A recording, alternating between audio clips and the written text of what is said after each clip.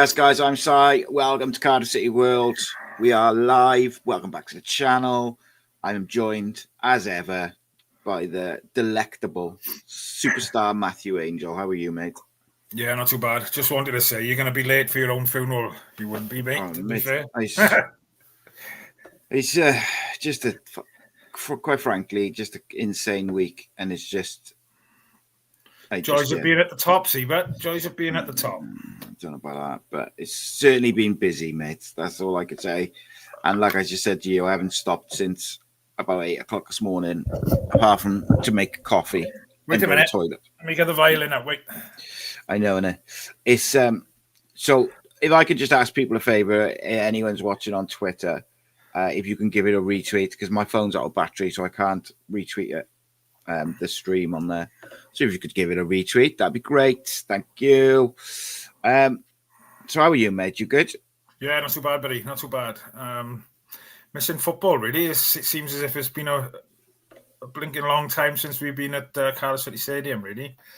I know I love these international breaks and that, and I know obviously we've got a string of away games as well, but it just seems an age since we've been at the stadium. Yeah, it's just, I think when we were at the last home game, Paul, who I was with, said, like, we haven't got a fucking home game now until, like, the end of November, because he doesn't go to the Virtue Trophy games. And it is, like, it's so long between home games and that. So I can't wait just to get back in the stadium. Like, I'm sure I'll pop up there at some point. But, yeah, it's one of them, innit? Like, I was thinking about today, right? So Glenn done an article on Wales Online today about basically Brian Barry Murphy's happy with a small squad, but we have effectively got 7 spaces in our squad to sign players if we so choose.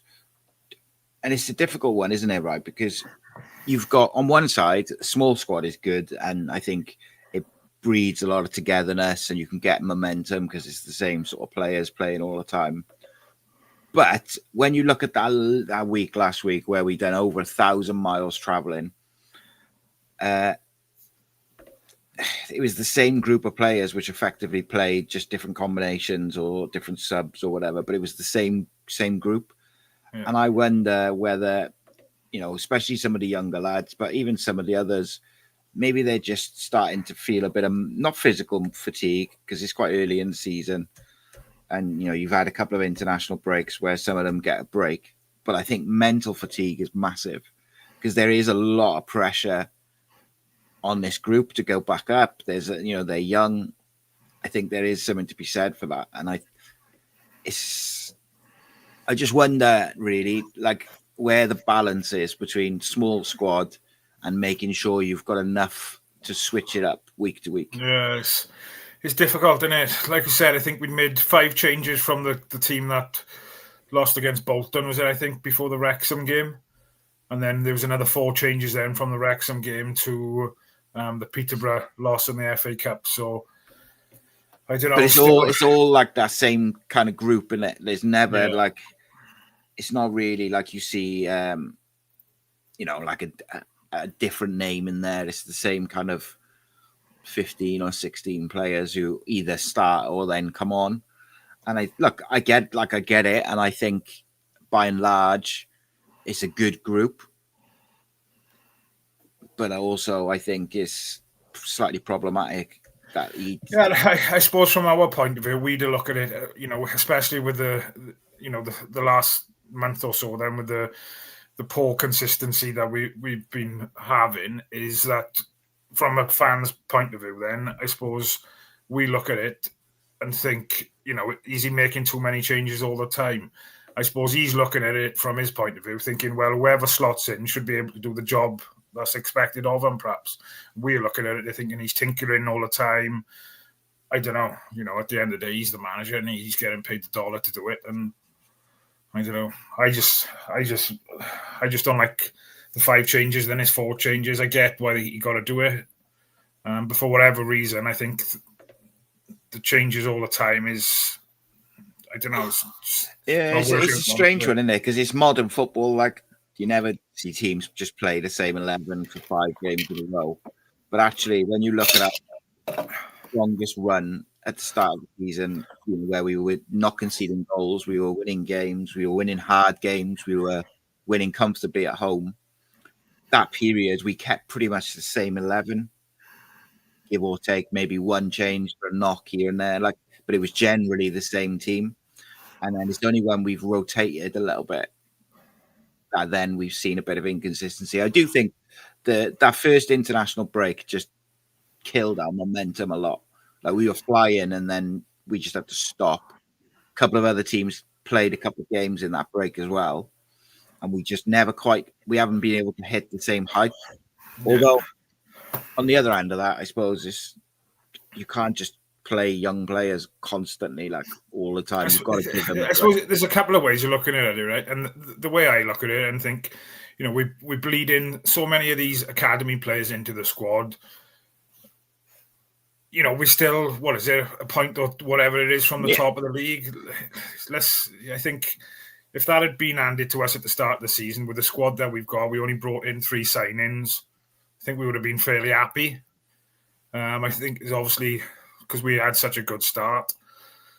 We are slightly disappointed, but I don't think there's anything to panic or worry about just yet. Yeah, and certainly not. I don't think. I think we're in a pretty comfortable position, and I also think that ultimately throughout the season we'll win more games than we lose, so we're going to be there or thereabouts. It's just whether in January is there areas where you can improve the squad as a whole. It might not even be a starting player in some areas. It might just be some sort of backup. And then the other side of that coin is, if we are in the top 3, say in January when the window opens, are you building for the now, whereby get promoted, or have you got one eye on next season if you do get promoted, where you're thinking, right, if we sign a player permanently, it's not just about whether they can help us get promoted. Are they good enough to play in the Championship as well? And I guess there's that element of it. If you was in charge, what sort of positions would you be looking to bring in? I don't think we massively need. I think another striker, if I'm honest. That's interesting, because not many people have mentioned like a striker. I would say another striker. I think it's been a bit. I know Yusuf Salek, and probably the last couple of. He's got the odd goal. He hasn't been perhaps as prolific as what people was expecting. I think that's down to a lot of him being manhandled most games. But yeah, I would say a striker.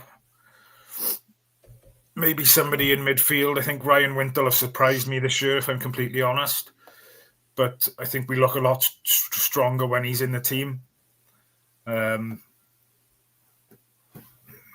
Left back as well, just to give Joel Bagan a bit of. I think he's been our unsung hero, and I've said that numerous times on the pods and things. But there's going to come a certain point where he's either going to have an injury or he's just going to hit burnout. And do you know what I mean? He can't keep playing the amount of minutes he's playing week in, week out. Is unsustainable for me. That's my personal opinion. Yeah, you can't. We're going to play about 60 games this year, give or take. You just simply can't play every minute of every game. And you've seen him go off in the last 2 with like a knock. If he gets like a proper injury or something like that, it's going to end up being a big problem. I think the other sort of thing with that is, do you get someone in who's happy to, be on the bench and just fill in now and again, someone maybe with a bit of experience, or do you get someone who genuinely pushes him? So you've got like a bit of genuine competition there. I'd like to see us get a bit more physicality and athleticism in midfield. I said that in the summer. I agree with you. I think Ryan Wintle's been excellent. And I think without him, we never quite seem to have the same sort of levels. I would like to see a sort of midfield of Wintle, Robertson and Ruben, or, Joel, Robertson and Ruben maybe. But I would like to see him like a number 6 who's big and athletic and speedy, and it's one of the reasons why I quite fancied the idea of Osho potentially playing in there, just because of his pace and his physicality. But it's not necessarily a knock on Ryan Wintle. I just think it's the one midfield type of player that we miss. Like when you look at our midfielders, we've got quite a wide range of sort of profiles, like in terms of what type of players they are. You know, Ryan Wintle's like an out-and-out 6 who's all right on the ball, reads the game well, does the dirty work, and then he's experienced. Then you've got like Joe Colwell, who's young and energetic and is literally everywhere, and you know can carry the ball as well. You've got Alex Robertson, who's like that technical player, has got a bit of bite as well. And then obviously you've got Ruben. What have you made of him in the last couple of games? He's come back into it. Have you been impressed with his early days? He hasn't played for such a long time, have he? And I think I'm just glad he's back out on the park, and obviously things can only get better for him, really. Yeah, I think he's just getting up to match fitness now, and he like ultimately as well. I think he's done some really, really good stuff. The last game we played, I lose track of days, Saturday. I thought he was a little bit sloppy at times. Not sloppy, that's the wrong word. He just got caught in possession a couple of times, but that's like a sharpness thing, just moving it a bit quicker. But then he also played a couple of balls that were just like sensational, and no one else in that position has got the ability to do that. So at the end of the day, it's a plus to have him back in the team. He can effectively play any of those midfield roles as well, which is obviously the versatility is a bonus. I'd like to see us get a really, and the frustrating thing, I guess, from a club point of view is I'd like to see us get an athletic, physical number 6. I'm not going to say the name of the player because I'm fed up of saying it, but we should have signed him in the summer. But someone of that kind of profile. And I would also like to see us sign a very direct winger. But I said that in the summer. Now, the thing with a winger, which I find quite interesting, is because the season's up and running, I would be very tempted to go quite data heavy on the winger when I was scouting him. And I would look for someone who's played football this year and has a real sort of high return in goal contributions and chance created. So, like, even if they're in League Two, if you can find someone of like the sweet spot, sort of 25-ish, 26, who's playing week in, week out, but has scored the goals and created goals and creates regular chances, I'd probably take a gamble on that because it won't cost you very much. He'll make the jump up to League One. It's worth the risk for me. And if they get, because they've been playing then, if they get going and they score a couple in the second half of the season, they'll go into next season, wherever we are, confident, at least in their sort of form and stuff. So that's the way I would look at that. I just think we lack someone sometimes who will just get the ball and just go at his fullback. Keane will do it if you get the ball to him early and he isolates the fullback. And I thought he's been very good since he came back into the starting 11. Isaac is capable of it, but Isaac seems to want to get in behind rather than. Do you feel that he's still managing his minutes as well? I think that's the impression I get. Yeah, 100%. But you've got to admit, his injury record has been a nightmare the last couple of but seasons. how long sustainably, we can't keep. I don't know how long he's got left on his contract, but I'd hazard a guess, mate, that he's going to manage it into Christmas and over Christmas, and then the second half of the season, when it's squeaky bum time, mate, and you really need players at full tilt. And then let's be honest, like if you want a player at full tilt, it's the second half of the season, end of the season, isn't it? So it could prove to be a masterstroke. I said that with Alex Robertson as well when everyone was screaming and shouting. And I spoke to some people, from his side and from the club side, and they were saying there's no problem.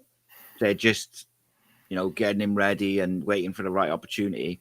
And I said, like, if they get him up, so like come Christmas now, if Alex Robertson is flying and he's a match fit and he's all the rest of it, he's like a new signing and he's such a good footballer that could be a masterstroke from the manager. Now, of course, it could backfire, but I guess we'll see how that sort of progresses. The striker one's interesting, mate, because, I think Salic and Robinson, have got about 5 or 6 goals each. I think everybody expected both of them to be quite prolific in League One. But I just think, like, Salic took a bit of time to adjust to just getting battered. And I think he's looked really good, actually, the last couple of games. His link-up play and everything. He looks more like now, like he accepts he's going to get battered. It's not frustrating him. Whereas at the start of the season, you could see like he was losing his head because he was like looking at the ref, just like, what's going on? Yeah, he still does it a bit too much for my liking, looking for the foul, really. But I agree with him. I think the last couple of games he kind of stepped up, and I didn't see much of the Peterborough game, I'll be honest. But I think, was he on the bench for the Peterborough game? I can't remember. Yeah, I think he came off the bench, didn't he? Yeah, and I think like Robinson is the thing with Callum is he's a very streaky striker. Like, so he'll score 5 like he has in a row, but then he'll go quiet for a bit.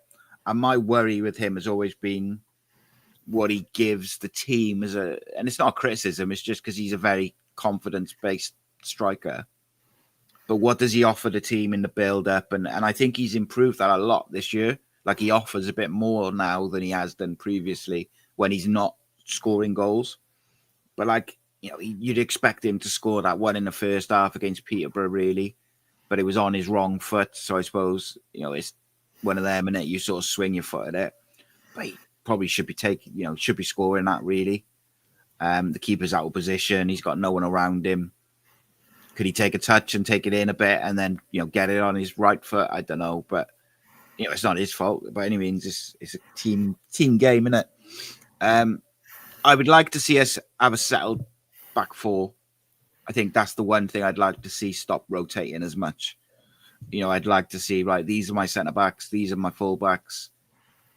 And unless they're injured or it's a cup game, the rest have got to wait their opportunity, because when we had that settled back four at the start of the season, we didn't concede a goal from open play for God knows how long.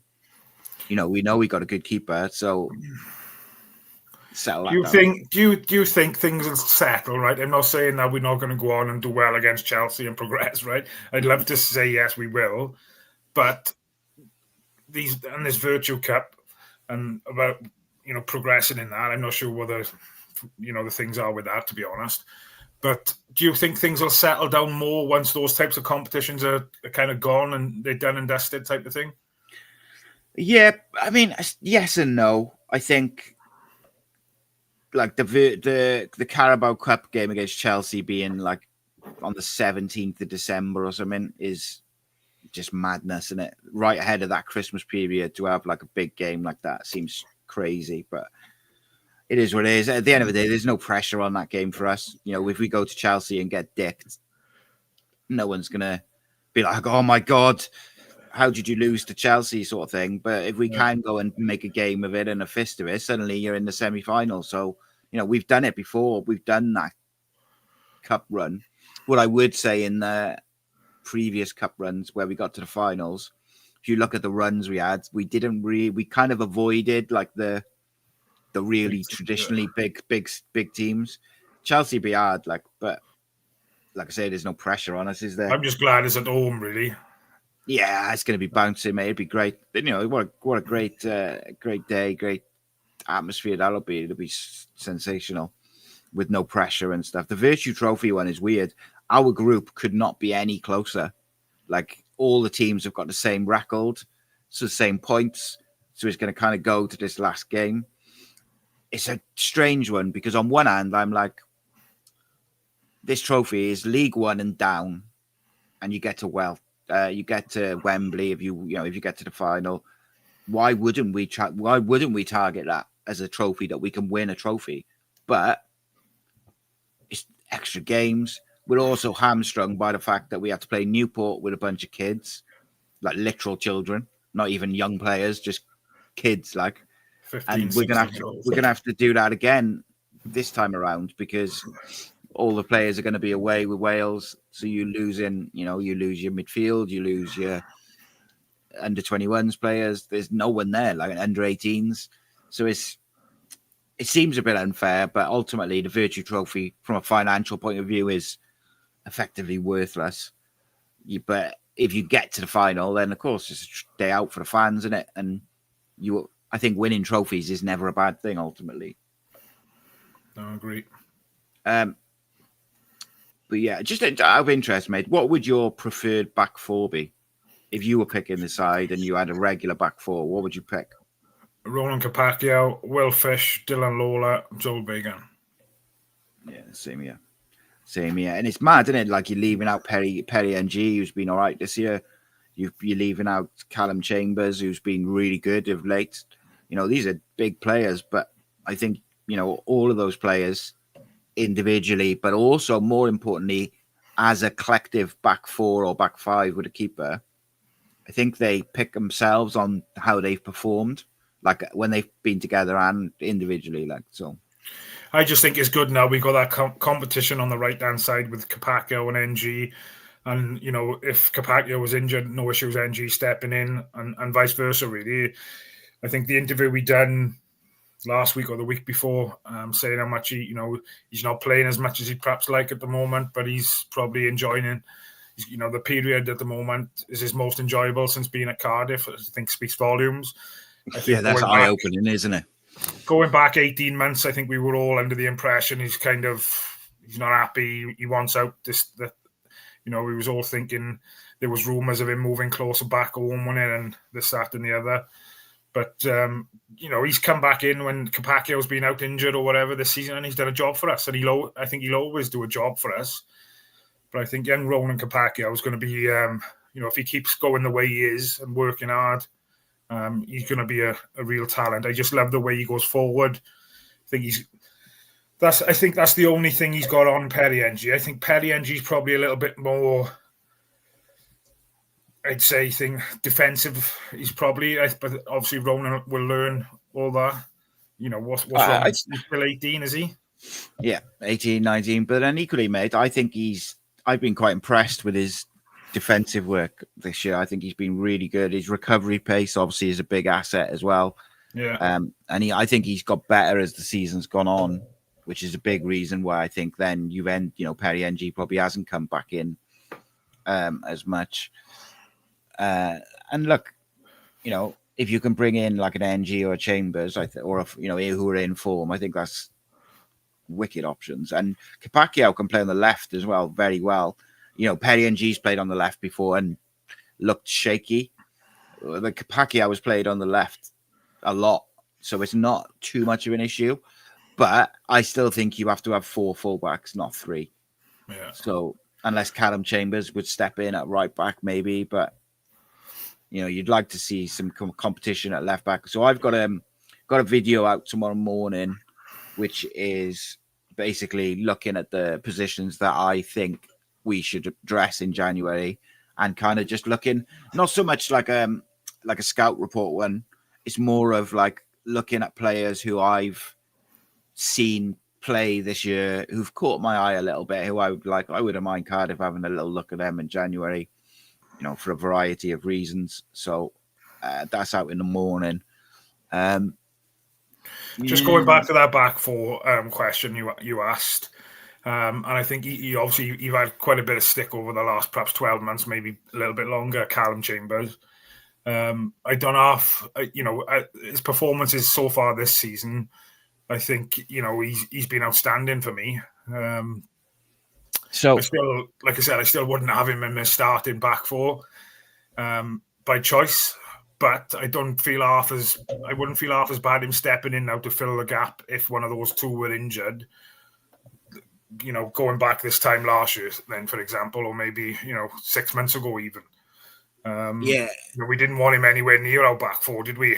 6 months ago, type of thing. But I think he's rolled his socks up, and I've been really impressed with the way he kind of bounced back. Really. Yeah, I think he deserves a lot of credit because start of the season he was terrible, and that for a while it was like that one goal that we had conceded from open play was from his mistake in one of the cup games. But and he was poor, and he rightly got dropped after he'd come in.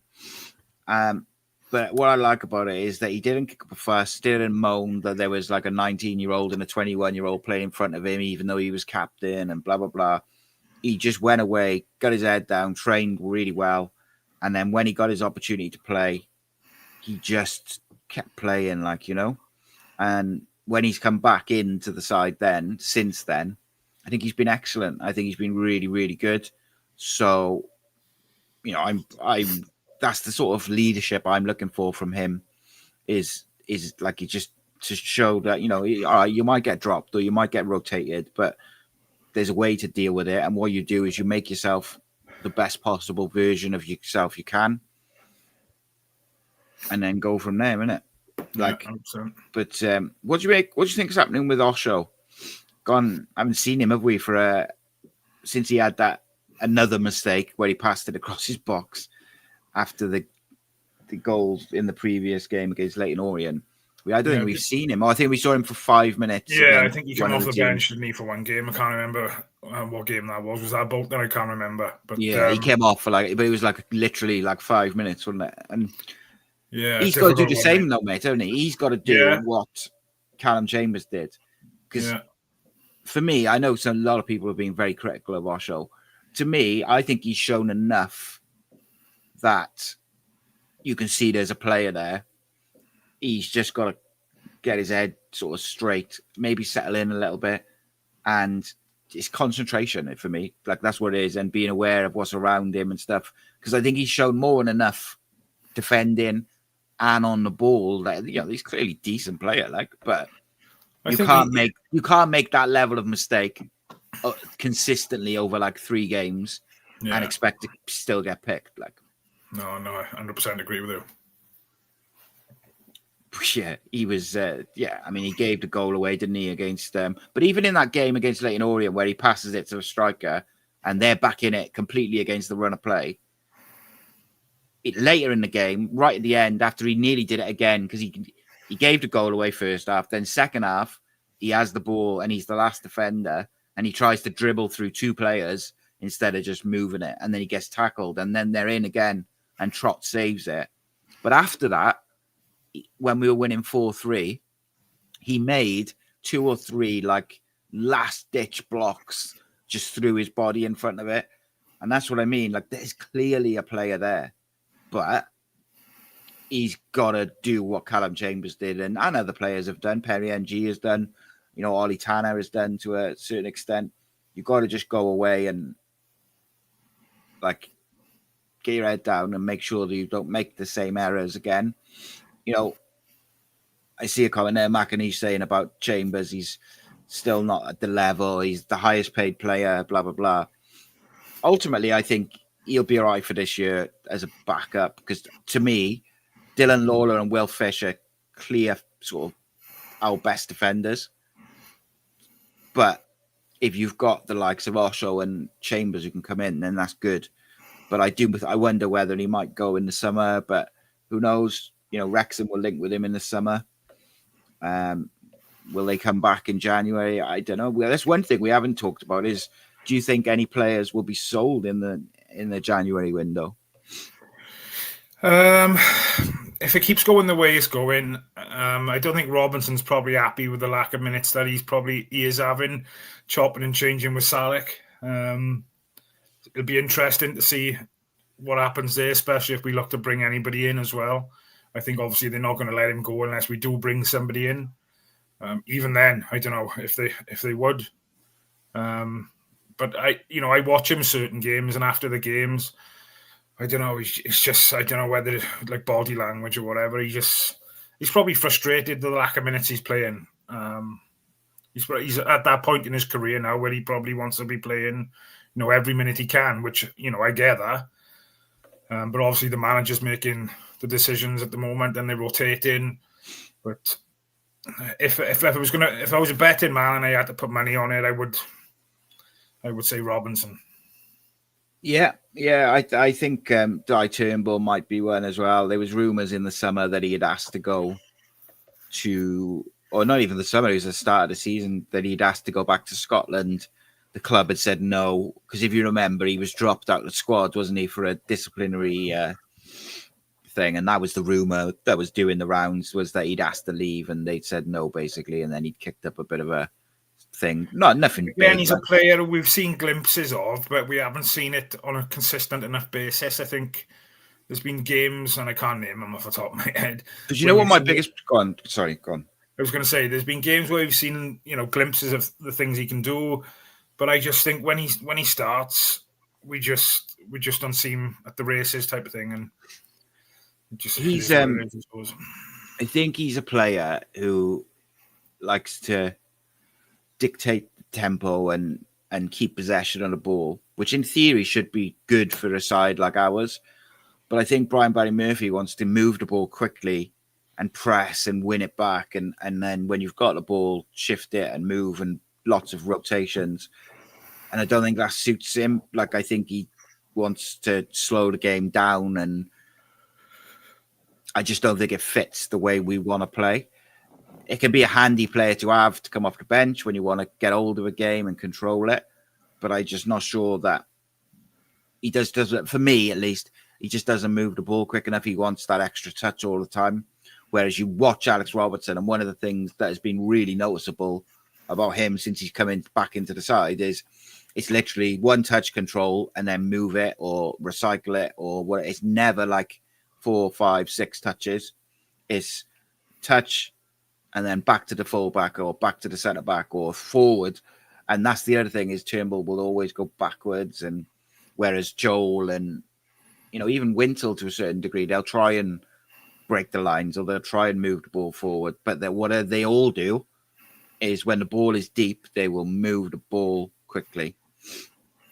Let's have a look at some of these comments, mate. Go on, you reply to that, though, in the first. I was going to just mention it, but there's a couple of comments in there regarding what our thoughts are on Chris Willock. Obviously, he's injured at the moment, and so he's not going to feature on the weekend. I think he's a great player. I don't think he's an out-and-out winger. I think for me, like he's played predominantly on the left-hand side, haven't he? I think he cuts back inside onto his right foot. I'd like to see a defender, a winger trying to get in behind that full back end, shall we say. We just don't seem to have that. I think a couple of people said that we need out-and-out wingers. But I think he's done fairly well. Again, he was another player who perhaps we thought might have been on his way out type of thing. But I think, again, he's upped his game to a certain extent so far this season. And obviously he picked up an injury, didn't he, I think? I think, yeah, he's injured now. I think he's better than I thought he was going to be. And he's definitely gone up a level from last year. I think he's been quite important to the way we've played at times going forward. Has he gone up a level, or is it because we've gone down a level? I think Brian Barry Murphy is getting. I think Brian Barry Murphy is getting more out of him. I think that's pretty obvious. What I would say is, I think you see it with Kian recently, where when Kian's started the last couple of games on the left, he will go on the outside and the inside, which keeps the fullback guessing. Which means when he does get the ball early, because they don't know which way he's going to go, it's harder to defend against. Whereas with Chris Willock, he wants to go on his right foot. So I thought he had a little stint. I forget what game it was. I think it was the Stockport game. And he went over on the right and he did really well because he was going on the outside and trying to get a cross in and stuff. And I do think sometimes I had this conversation with Omar in I think it's part 2 of the interview, where I said, like, I'm really not a fan of inverted wingers. And he was on about, like, the reason the coaches do it is because they want that change of angle towards the far post. But you look at the wingers we've got, right? If you suddenly put them all as authentic wingers, like Isaac was on the right or Willock was on the right, and they're all really skillful or fast. So it's like they suddenly seem like they'd be more of a threat. But far be it for me to say that I know more than, nearly every manager in the fucking world. But do you see what I mean? Like, it feels that way, doesn't it? But this is an interesting one. A few people saying about Bellamy, talking about Ruben. Yeah, he spoke about him in quite glowing terms today. I haven't seen any of it yet. Obviously, it's be interesting to see the catch up on that after. Well, it's quite interesting for me because if you remember when Ruben got left out the first time and everyone was losing their head, I did a video and I sort of said, like, what Ruben's got to do is just go away and just keep doing what he's doing. Just keep playing every week. Just being one of the better players on the pitch and make himself, like, undeniable. So you just, whoever you are, and, Osho, he's got to do the same now, where he's got to be so good when he comes on, when he plays, when he's training. He's got to be so good that if the manager leaves you out, the manager looks stupid, like, because it's like, what are you doing? Why haven't you selected, him for the Wales squad or whatever? And I think Ruben's done that. I think Ruben had a little period of 2 or 3 games where he was off the boil, but I still don't think he was that bad. Everything good that we've done this season has come through him. And the amount of work he does, like running, is fucking, it's insane, mate. The amount of sprinting he does in a game. Just those short, like 15, 20-yard sprints is crazy. You think how fit you've got to be to do that over and over again, and the strain it puts on your body as well. And when you think he had growing pains not long ago, which were keeping him out of games, I think that again goes to the team's fitness compared to last year and the year before, like the last few years, is night and day. And I don't think we've picked up as many injuries this season. I know we've had the odd injury here and there, but I don't think we've been nowhere near as bad as what we were last season. Are we? Well, I think you look at the people that Brian Barry Murphy brought in, like Kevin Gibbons as the head of strength and conditioning, and Lee Riley, and that they've all got quite a heavy conditioning background, and I think that shows like we are very fit. The amount of times where we've been winning a game and it's like the 94th minute and we're still pressing the defenders and we're still chasing and it's not like we're all sat on the edge of our own box. Very rare have we done that, really, and invited pressure. So we're definitely fitter. I don't think there's like a big issue, like with the going back to the continuity and the consistency. I just think we maybe need 1 or 2 little tweaks, whether that's a couple of extra bodies or, like I said before the Wrexham game, I'd like to see the number 8, whether it's Joel or Turnbull or Robertson, just drop a little bit deeper when we've got the ball, so that we're not like, when we lose the ball, we're not like it's just Ryan Wintle versus the world. We need a bit more security, but also in possession, you need someone to want the ball a bit deeper rather than all 5 of them being across the front line. And against Wrexham, and I think against Bolton, not Bolton, Peterborough, I think we did that. We definitely did it against Wrexham. I don't know. I think we did it against Peterborough as well. But that's interesting to me because I felt like that was a very small tweak that was needed. And it seems like the manager has done that. So that's encouraging to me, because that means that it's not just doing the same thing week in, week out and expecting different results. It's changing up what you do to make it better, if that makes sense. Yeah, no, I get it. Go on. I was just going to ask, going off the subject slightly. I know you've had a busy week this week, and you had the privilege of going down to do an interview or be part of the interview with young Dylan Lawlor. How did that go? It was cool, mate. I got to say, we went down to the Vale and did some filming. I was on camera duties for Dragon Sports, but it was cool. It was cool to meet him. And mate, I tell you what, you'd think he's impressive on the football field. You listen to him speak for half hour, and Jesus Christ, like, you forget he's 19 very, very quickly. And Graham, who did the interview, I won't give anything away, but he asks him quite a tricky question, really, at the end, which is a bit naughty in some ways. And the way he just dealt with it, without any sort of hesitation or anything like that. And the way he spoke about everything from his contract to Wales to just everything. It's just such an impressive guy. Where's he at with his injury at the moment? Because obviously I know you got... Yeah, he's fit, man. He's great. Yeah, he just had a bit of a groin issue. That's an injury that he struggled with for a couple of seasons, though, isn't it? Is that a recurring injury? It's like a niggly thing. But what's frustrating about it is he picked it up in the Exeter game in the Virtue Trophy, which I personally don't think he should have played in.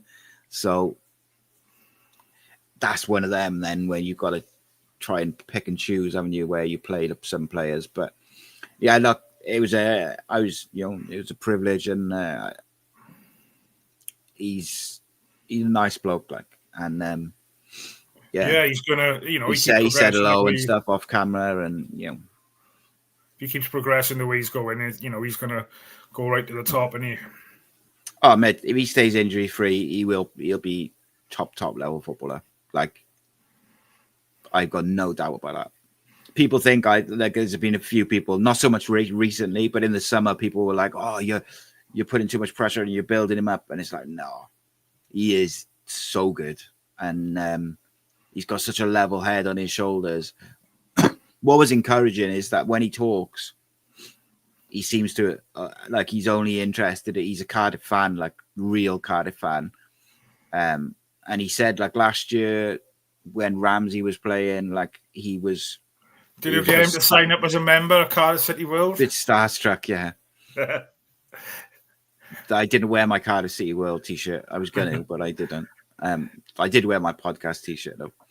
But yeah, no, it was cool. Like, you know, he's I had a photo with him and stuff afterwards, and we had a little chat and that. But he's just a cool kid, like, and it's just like I said, the word I would use to describe him is impressive. Like, just because got for me personally, like he's 19, my boys are 20, 18, and 16. Like, so he's literally in the middle of like their ages, and it's just impressive the way he conducts himself, and he's very personable, like, and chatty. He wasn't like stuck up his own arse or anything like that, which footballers sometimes get accused of being. He was straight in. He didn't even wait for the media guy. Like, he just come in, and then the media guy come in sort of a minute after him or whatever. But he just come in and said hello, and yeah, he was. It was good, mate. I don't want to give too much away from the actual interview because it genuinely is a really, really good interview, and I think Cardiff fans will really enjoy it. But also, when will that be out? Well. Do you know when that'll be out? Yeah, because I'm editing it, so. 3 weeks in. Yeah, no, it'll be out next. It's out. I think it's going to be out next week. I think middle of next week. But yeah, it's all good. There's a couple of comments in there as well regarding obviously the news today that former Cardiff skipper Joe Rawls has signed a short-term contract with Plymouth. What's your thoughts on that? They need someone like him. They need someone, an experienced head in there to sort of get hold of it. Ultimately, like, so I know some people think we should have signed him back up. For me, it was the right time to move on from him, and probably Aaron as well. With hindsight, you know, I had a lot of time for Aaron Ramsey as well as Joe Rawls, but I just don't think they fit. They don't fit. Especially now, you see the kind of football BBM wants to play. Yeah, they just don't. They don't fit, mate. Do they? Like, being honest, and it's not a personal thing. It's just that they don't, at their age, they don't fit. You know, when they were 25, 26, they fitted, then they would have been perfect for it. You know, Joe Rawls, when he was in his early sort of mid-20s, early 20s, as the number 6 in this system, would be a improved version of Ryan Wintle. And, you know, Aaron Ramsey, when he was at his pomp, would be nowhere near League One, let's be honest. Would have been like he's one of the best midfielders in Europe. So it's not it's just the age catches us all, mate. And but I do think it's quite an intelligent signing for Plymouth because they are in risk of back-to-back relegations if they don't get their shit together. So for me, bringing in an experienced head in the middle of midfield, providing they get legs around him either side in the midfield. If they go with, has he got enough time to settle in? He haven't played a game of football. Well, this is the problem, isn't it? I assumed he was going to be there till the end of the season, but he's only got a contract till January. And he's not going to be match fit, is he? But I suppose you've got so many games coming up over the winter that you get fit quick, you know. It's an experienced head in the dressing room as well, and with a team struggling, perhaps. Yeah, and look, right. One thing I will say is, in football or in life, if you're not learning, you're not doing things right. And I think Joe himself would have learned a lot from last year, being in a relegation battle, and obviously it didn't work out how he would have wanted, but he's dealt with that pressure now of being there, and that might end up standing him in good stead the way that Plymouth are going, because they've been very, very poor. However, what I will say about Plymouth is they got a few players that I really rate. They got a good young manager in Tom Cleverley. and then they've brought in someone with a bit of experience like Joe Rawls. If they can keep Joe Rawls fit, it will be a good signing. If he's not, if he picks up an injury or whatever, then I doubt he's not going to end up staying there. But they need something, mate. Yeah, it baffles me really now, though, thinking about obviously the Tom Cleverley situation and how much time will they give him. And I think somebody said in the chat earlier they got Huddersfield on the weekend. Would it surprise you if they lose their Saturday and then cheerio? The thing is, mate, right? Let me put it. It is the way football is, isn't it? But honestly, right? If you sack Tom Cleverley, who are you going to bring in that's any different, any better? Honestly, he's really, really good manager. Just give him time. I really think he'll get it right. And you look at their squad, mate. They got that Sorinola who plays off the left. They got that Tolage up front. They got Mumba who plays just behind. Boateng, McCabe. They got some top footballers for this level. They just, sometimes and Tom Cleverley's playing a 3-4-3 sort of system. Maybe it's just taking a bit of a time to adjust, And I also think they might have been a little bit unlucky. Look at the game against us. They lost 4-0. I think 2 of those goals were deflected, if not 3. And on another day, those deflections just fall into the keeper's hands, and it's a lot closer. I didn't think they were that bad when we played them. I think we've played much worse teams than them. So you'd think over a season, that should sort of even itself out a little bit. But you never know. Yeah, I'm not too worried. Obviously, I wish Joe Rawls all the best, and hopefully, he can get a contract out of it. But I'm not too worried about Plymouth, if I'm completely honest with you. No, I do like, yeah, exactly that, mate. I like that Tolage, and I do like Tom Cleverley, because I know when there was talks of the manager, he was a late runner that was very, very close to being in the Cardiff sort of conversation, shall we say. But thankfully, we got the legend that is Brian Barry Murphy. But equally, with Cardiff, if things get a bit rocky now, we've got to, as fans, but also as a football club, we've got to stick with him. There's no point in bringing someone in like Brian Barry Murphy, who's so forward-thinking and so ahead of the curve in many ways. That's a guy that you keep for a few years and build a bit of a dynasty in terms of the team and everything, rather than, the first time things start going a bit tits up, you get rid of them. There's always context to everything, mate, and I think there's even context to the reason why we've not fallen off, but why we've become a little bit inconsistent since the start we had. I think the international breaks are a bit of context. I think, a couple of knocks here and there have been context. I think, bit of unlucky stuff with refs add a bit of context. There's a lot of things that play into a sort of inconsistent run. It's not just, we're suddenly shit and the manager's not good enough, because it's such a basic way of looking at it. But I've also seen, I will see some things on social media, mate, and it just blows my mind. If we don't win a game of football, people lose their bloody heads. It's all fun and games, isn't it?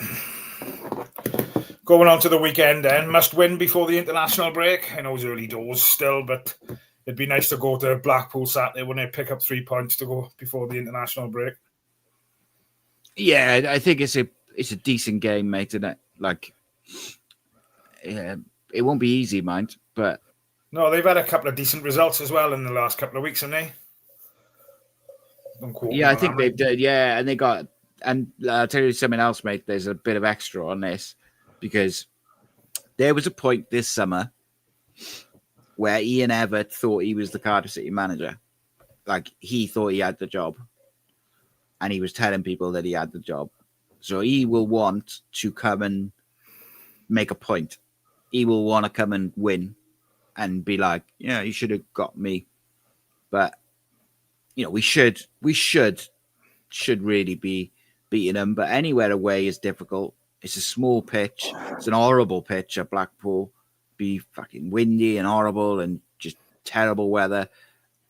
You know, they've won the last one, but they also hadn't won a game for 5 before that. So it depends how you look at it, I guess, isn't it?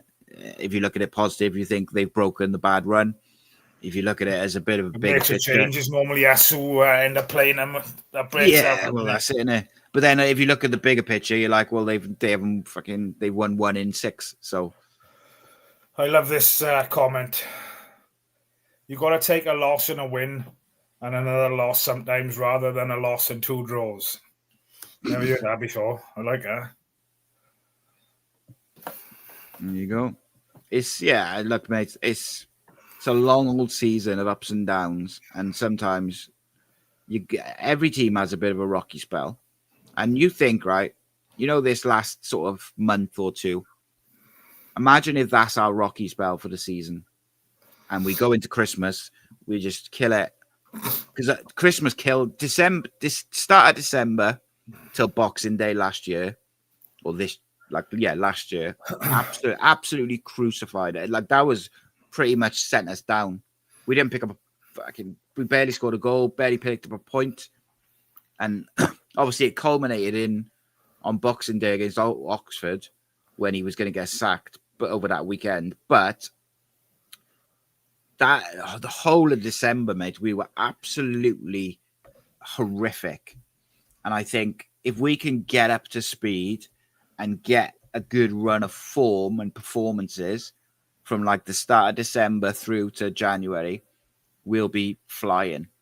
And I think we have the capabilities of running away with it if we win the right games at the right time and we can get a bit of momentum. Because after this international break there isn't another one for a while.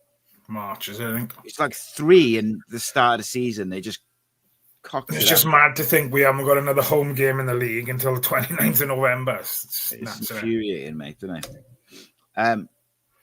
So I just wanted to have a look, actually, at the December results from last year. But yeah, mate, I think this Christmas period I don't want to say it'll make or break our season this year, but having seen what it did to our season last year, if we can find good performances, like in that period, I really think it'll set us up so beautifully for the rest of the season. And obviously the manager will have to get his rotation spot on, because he'll have to rotate at times because there's so many games in that period. But equally, it's knowing when to do it, isn't it? Because, if you get it wrong, you lose games you shouldn't, and then all of a sudden there's a bit of a problem going on. Right, so from the 28th of November, right, we lost to West Brom, we lost to Southampton, we beat Millwall 1-0, we lost to Birmingham, we lost 3-0 to Hull, we beat Sheffield Wednesday, we drew with Plymouth, and then we lost to Leicester, beat QPR, stuffed by Sheffield Wednesday, stuffed by Leeds, stuffed by Plymouth, Watford we won, Preston we lost, West Brom, we were just shit, mate, last year, let's be honest. Yeah.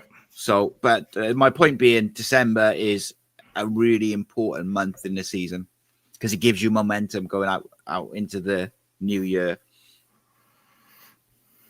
So, is there anyone who's not playing at the moment who you'd like to see play more to finish us off?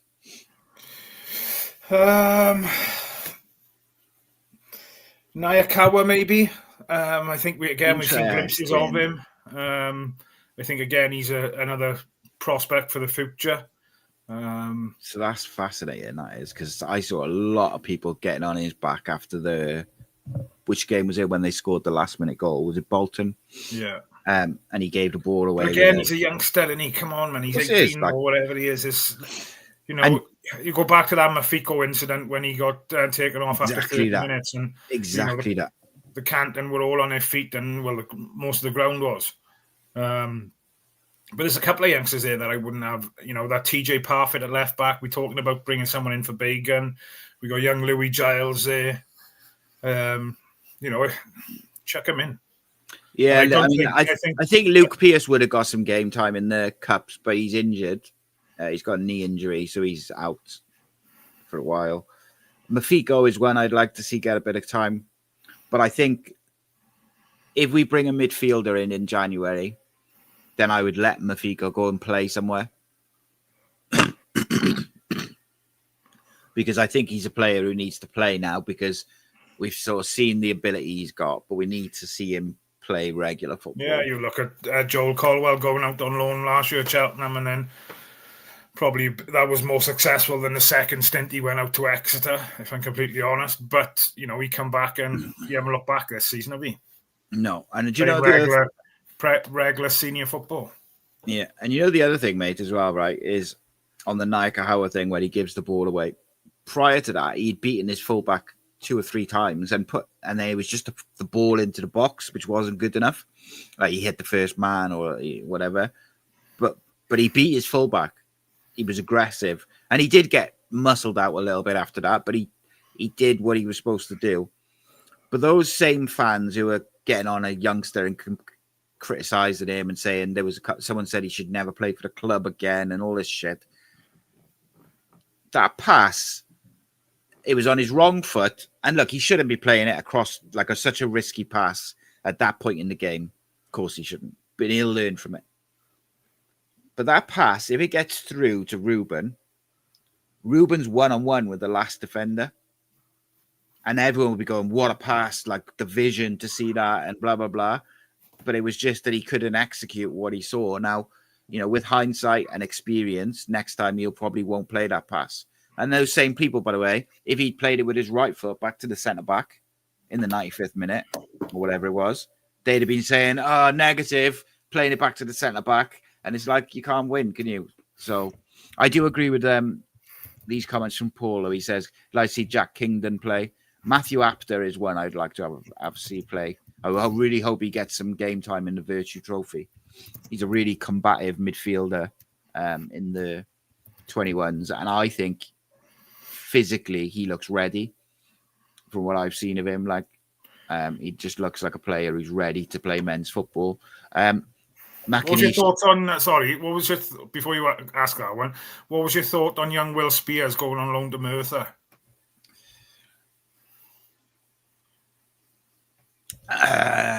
Not sold on it.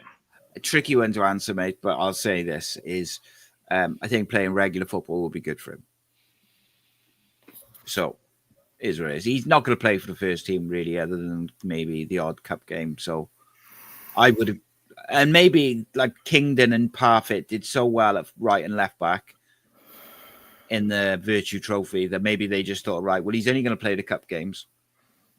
We potentially haven't got that many of them left because we're out of the FA Cup. So it's better for him to go play for Merthyr week in, week out. And I think that makes sense. McAnish says, have you thought about doing a video on the players that left, like Mate, El Ghazi, etc., and how they fared? Yeah, that is actually coming out next either Tuesday or Wednesday.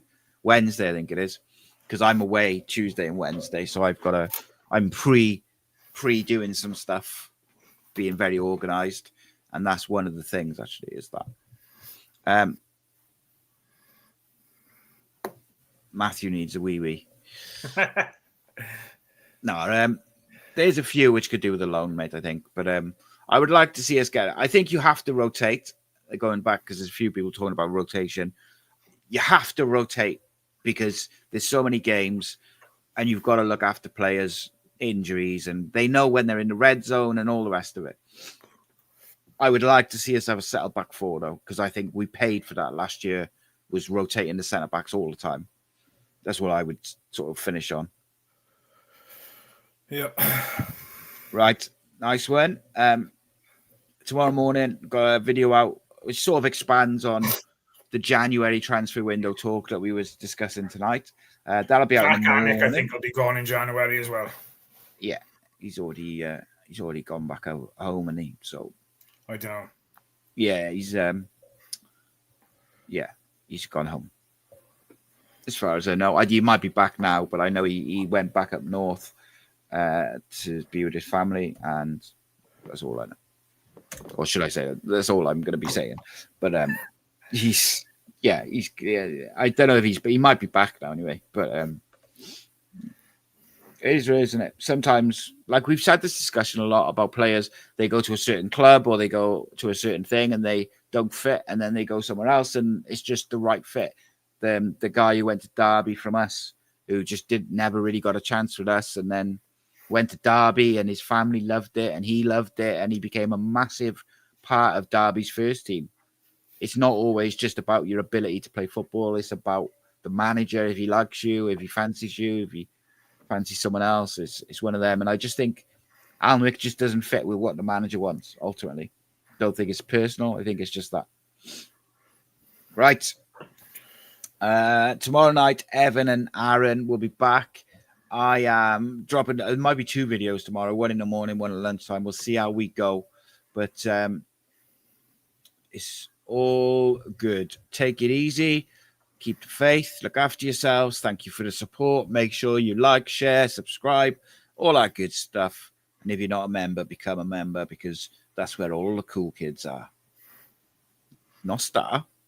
This channel is powered by an incredible membership community on Cardiff City World and patreon.com/AcePodcastNation. Becoming a member unlocks exclusive rewards from early access to live event tickets, bonus content, and even the occasional inside transfer scoop when we get it.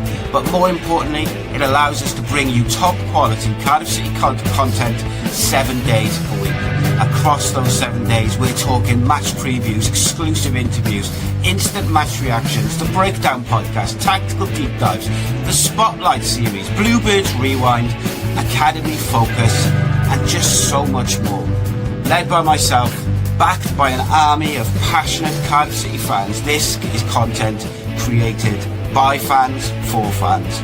Balanced, professional, and 100% all about the club we all love. If you enjoy what we do, then join the community today and support what we are doing as we help to keep Cardiff City World flying high.